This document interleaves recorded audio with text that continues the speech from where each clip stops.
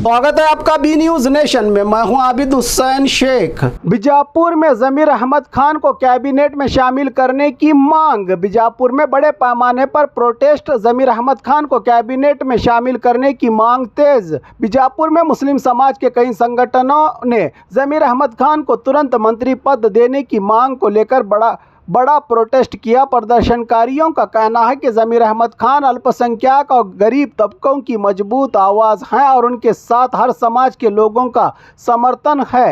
इस दौरान एडवोकेट आसिफुल्लाह कादरी और प्रदर्शनकारियों के दौरान कांग्रेस हाईकमांड पर मुस्लिम नेताओं को नज़रअंदाज करने का आरोप लगाया गया। विरोध करने वालों ने कहा कि मुस्लिम वोट बैंक का बड़ा समर्थन कांग्रेस को मिलने के बाद भी मुस्लिम नेताओं को इग्नोर करना और लीडरशिप से वंचित किया जा रहा है। प्रदर्शनकारियों ने मांग की कि जमीर अहमद खान को जल्द से जल्द कैबिनेट में जगह दी जाए, वरना आंदोलन और तेज किया जाएगा।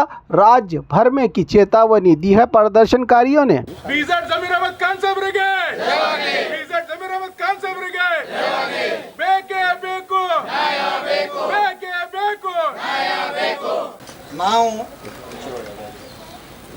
ವಿಜಯಪುರ ನಗರದಿಂದ ನಾವು ಅಲ್ಪಸಂಖ್ಯಾತರು 40 ಮುಸ್ಲಿಂ ಸಮಾಜದ ಒಕ್ಕೂಟ ವತಿಯಿಂದ ಹೆಮ್ಮೆಕೊಂಡಿರುವ ಬೃಹತ್ ಪ್ರತಿಭಟನಾ ಏನಿದೆ ಅಂತಂದ್ರೆ ಮೂಲ ಉದ್ದೇಶ ಇವತ್ತು ಕರ್ನಾಟಕ ರಾಜ್ಯ ಸರ್ಕಾರ ಮಾಡುತ್ತಿರುವ ಮಲತಾಯಿ ಧೋರಣೆ ಮತ್ತು ಬಿಜೆಡ್ ಜಮೀರ್ ಅಹಮದ್ ಖಾನ್ ಇವರಿಗೆ ಮಂತ್ರಿಮಂಡಲದಿಂದ ಕೈ ಬಿಟ್ಟಿರುವುದು ಅಷ್ಟೇ ಅಲ್ಲ, ಇವತ್ತು ಬಿಜೆಡ್ ಜಮೀರ್ ಅಹಮದ್ ಖಾನ್ ಅವರಿಗೆ ಮಂತ್ರಿಮಂಡಲದಿಂದ ಕೈ ಬಿಟ್ಟಿರುವುದು ಇಡೀ ರಾಜ್ಯದ ಮುಸಲ್ಮಾನ್ ಸಮಾಜಕ್ಕೆ ಆಘಾತ ಆಗಿದೆ.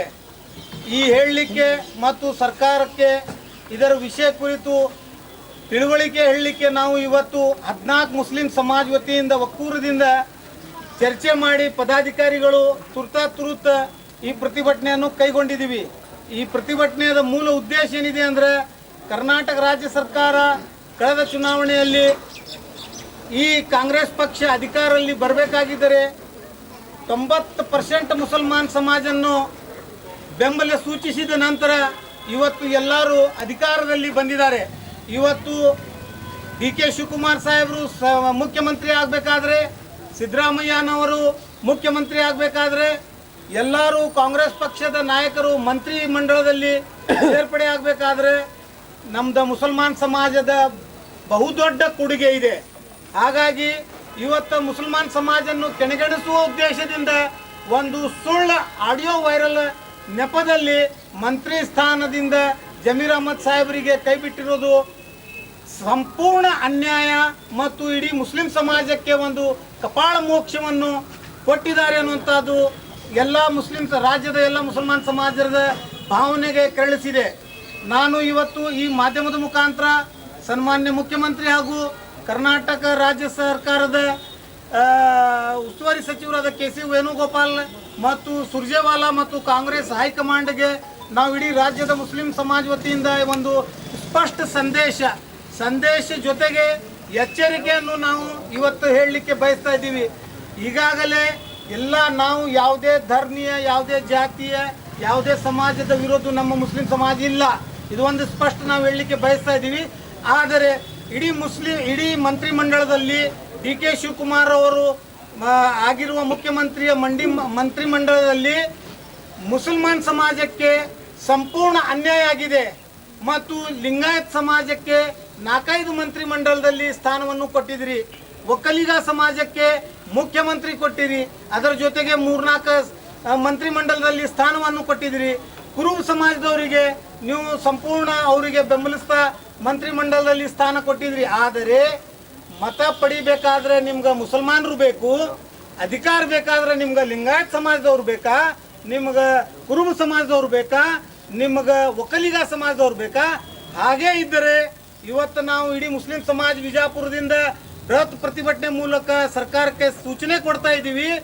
ಒಂದು ವೇಳೆ ಈಗ ಮುಂಬರುವ ಮಂತ್ರಿಮಂಡಲ ವಿಸ್ತೀರ್ಣದಲ್ಲಿ ಜಮೀರ್ ಅಹಮದ್ ಖಾನ್ ಸಾಹೇಬರಿಗೆ ಮಂತ್ರಿಮಂಡಲದಲ್ಲಿ ಅವ್ರದ್ದು ಸೂಕ್ತ ಸ್ಥಾನಮಾನ ಜೊತೆಗೆ ಉಪಮುಖ್ಯಮಂತ್ರಿ ಸ್ಥಾನವನ್ನು ನೀವು ನೀಡಲಿಲ್ಲ ಅಂದರೆ ಮುಂಬರುವ ದಿನಗಳಲ್ಲಿ ಕಾಂಗ್ರೆಸ್ಸಿಗೆ ತಕ್ಕ ಪಾಠ ನಾವು ಇಡೀ ಮುಸ್ಲಿಂ ಸಮಾಜ ರಾಜ್ಯಾದ್ಯಂತ ಮುಸ್ಲಿಂ ಸಮಾಜವರು ಕೈಗೊಳ್ಳುವವರು ಇದೀವಿ ಅನ್ನುವಂಥದ್ದು ಸ್ಪಷ್ಟ ಸೂಚನೆ. ಜೊತೆಗೆ ಇವತ್ತು ನಾನು ಆ ದಾವಣಗೆರೆ ಚುನಾವಣೆ ಉಪಚುನಾವಣೆಯ ಸುಳ್ಳು ಆಡಿಯೋ ವೈರಲ್ ಆಗಿದೆ, ಜಮೀರ್ ಅಹಮದ್ ಖಾನ್ ಅವರ ವಿರುದ್ಧ ಷಡ್ಯಂತ್ರ ಮಾಡಲಾಗಿ ಅವರು ಆಡಿಯೋ ವೈರಲ್ ನೆಪದಲ್ಲಿ ನೀವೇನು ಮಂತ್ರಿಮಂಡಲದಿಂದ ಅವರು ಕೈ ತಪ್ಪಿಸುವ ಷಡ್ಯಂತ್ರ ಈ ಕಾಂಗ್ರೆಸ್ದಲ್ಲಿ ಯಾರು ಮಾಡಿದ್ದಾರೆ ಅವರಿಗೋಸ್ಕರ ನಾನು ಸ್ಪಷ್ಟವಾಗಿ ಹೇಳ್ತೀನಿ, ನಿಮಗೆ ಇದು ನಿರ್ಣಯ ತೆಗೆದುಕೊಂಡಿದ್ದು ಇಮಿಡಿಯೇಟ್ ನೀವು ಮಾರ್ಪಡಿಸಬೇಕು. ಏಕೆ ಅಂತಂದ್ರೆ ಈ ಹಿಂದೆ ಇದೇ ಕಾಂಗ್ರೆಸ್ ಪಕ್ಷದಲ್ಲಿ ಇಕ್ಬಾಲ್ ಅಹಮದ್ ಸರಡ್ಗಿ ಅವರು ಕಣದಲ್ಲಿ ಬೇನಾಯಲ್ ಕಾನ್ಸ್ಟಿಟ್ಯೂನ್ಸಿಗೆ ಅವರು ಕಾಂಟೆಸ್ಟ್ ಮಾಡ್ತಿದ್ದಾಗ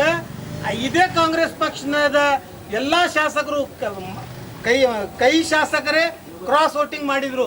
ಅವಾಗ ಈ ಶಿಸ್ತಿನ ಪ್ರಾಧಿಕಾರ ಈ ಹೈಕಮಾಂಡ್ ಎಲ್ಲೇ ಇತ್ತು.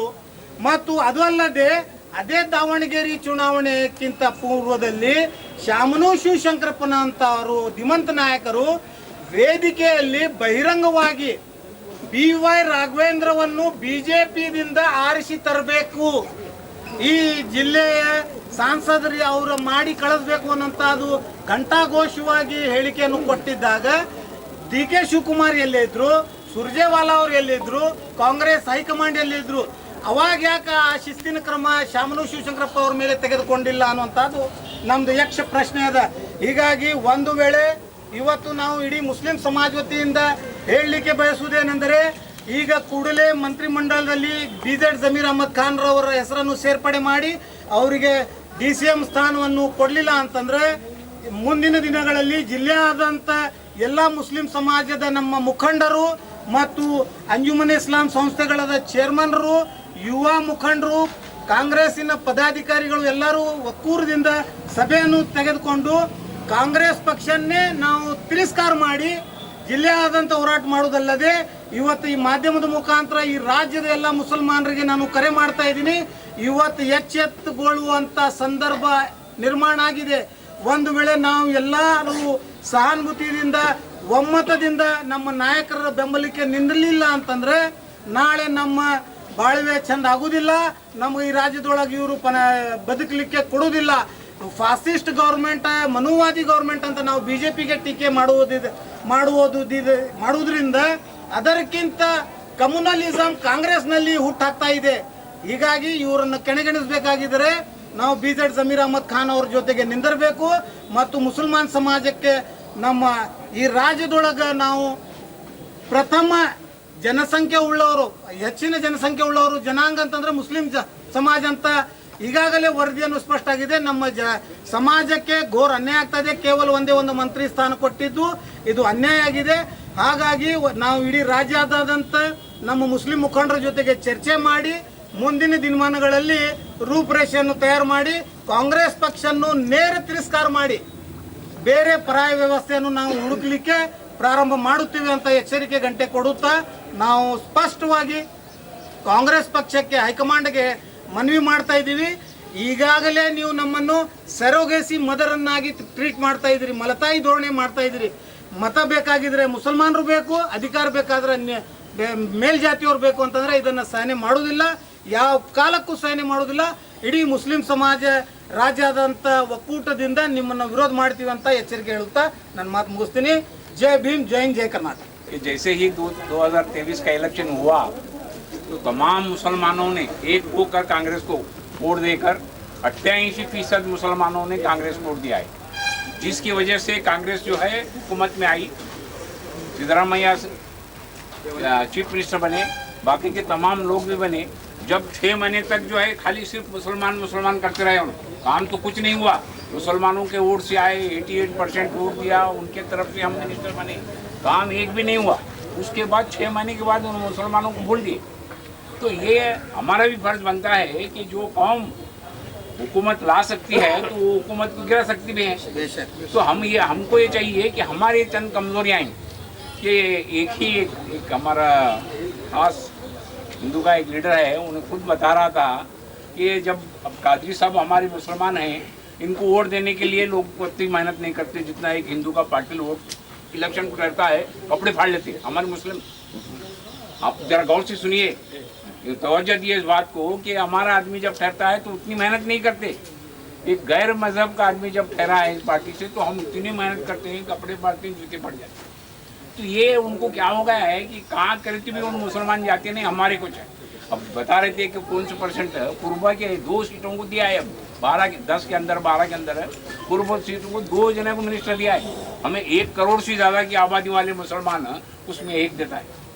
तो कितनी बेइंसाफी है कर को। तो हम इसे सह रहे हैं तो उसका फ़ायदा उठा रहे हैं।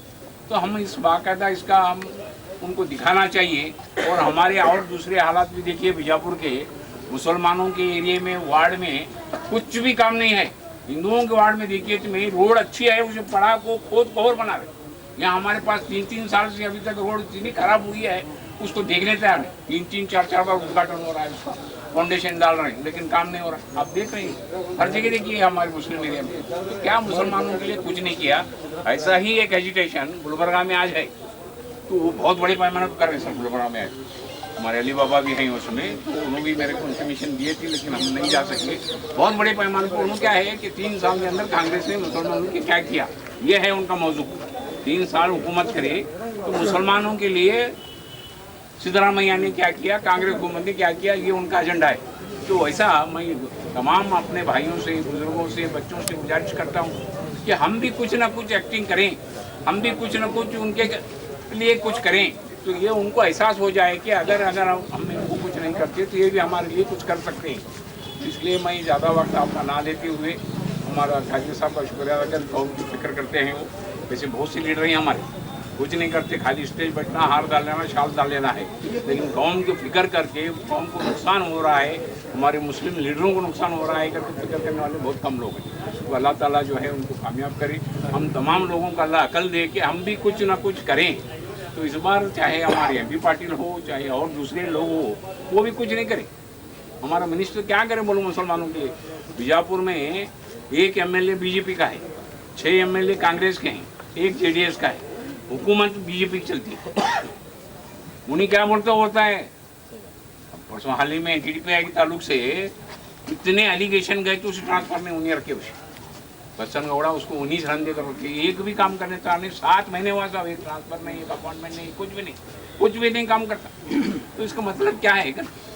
इसलिए हम जो है कादिर साहब के साथ हैं, चाहे रात वो दिन वो जब भी बुलाते हैं। और हमारे ज़मीर अहमद को तो देना चाहिए, उनके वक्त कांग्रेस में जो काम किए हैं कोई भी आदमी काम नहीं किया, चाहे वो मदद के हिस्से से हो, चाहे सियासी से हो, चाहे वकूल के हिस्से से हो, हर तरह से उन्होंने बहुत काम किए हैं। उनका तो डिप्टी सेक्रेटरी, डिप्टी CM देना का तो पहले ही फिक्स था। ये वायरल एक वीडियो आके सब पूरा, अरे भाई वीडियो छोड़कर तो तुम्हारी CID है, तुम्हारी पुलिस है, ED है, तहकीक करा तो देख सकते हैं। देखने का नहीं, उससे आइन टाइम पर लगा के उसको पीछे कैसा रखना कर बोल के खेला गया है। इसलिए मैं उनकी तरफ से आपको गुजारिश करता हूँ कि हम जो है बिल्कुल होशियारी से, समझदारी से जो है हमारी कौम और मिलत के लिए काम करें। और खबरों के लिए देखते रहिए B News नेशन।